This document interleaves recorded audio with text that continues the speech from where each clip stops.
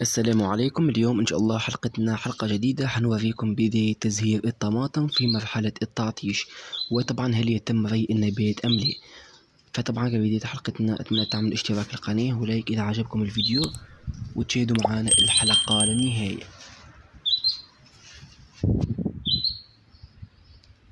وطبعا مثل ما تلاحظ أمامكم هذه الطماطم بعد مرور 3 أسابيع وبعد 10 أيام من تعطيشها.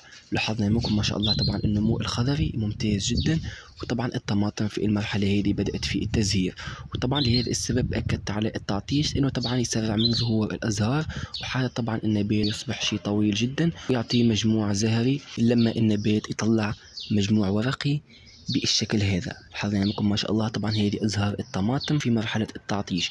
طبعا التعطيش دام 10 أيام، وإن شاء الله حنستنى كذلك أسبوع آخر، وبعدها إن شاء الله يتم ري الطماطم. طبعا خلال المرحلة هذه ممنوع له إحنا نروي، لازم طبعا كامل النبات يطلع أزهار، لأنه طبعا في شتلات ما زالت ما أزهار، فبالتالي حنستنى الطماطم الأخرى لغاية ما تطلع أزهار بالشكل هذا. وطبعا بالنسبة للري في المرحلة هذه وهل يتم ري النبات أم لا، طبعا الإجابة هي لا، ما نقومش بري النبات ولازم نستنى أسبوع آخر وبعدها إن شاء الله يتم ري النبات، لأنه طبعا الري في المرحلة هذه حيكثر من الأوراق، وبالتالي مش حيعطي مجموع زهري ممتاز للنبات، فبالتالي حنزيد مدة التعطيش على الأقل أسبوع آخر وبعدها إن شاء الله يتم ري النبات. وطبعا بالناس اللي بتسأل عن الأزهار، طبعا ما تخافش، الأزهار مش حتسقط وإن شاء الله حتعقد، ولكن نحاول إن احنا نعطش النبات بكثرة طبعا الاستفادة. وطبعا هذه أول البشائر من التعطيش هي تسريع نمو النبات، وبالتالي تسريع ظهور الأزهار بالشكل هذا.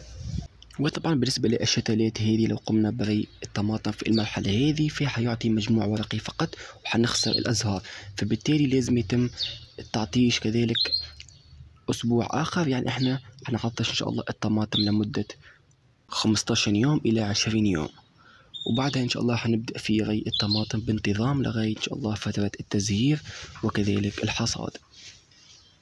طبعا هذه الطماطم بعد مرور 3 أسابيع من الزراعة إن شاء الله حنتابعها خطوة خطوة في القناة لغاية الحصاد.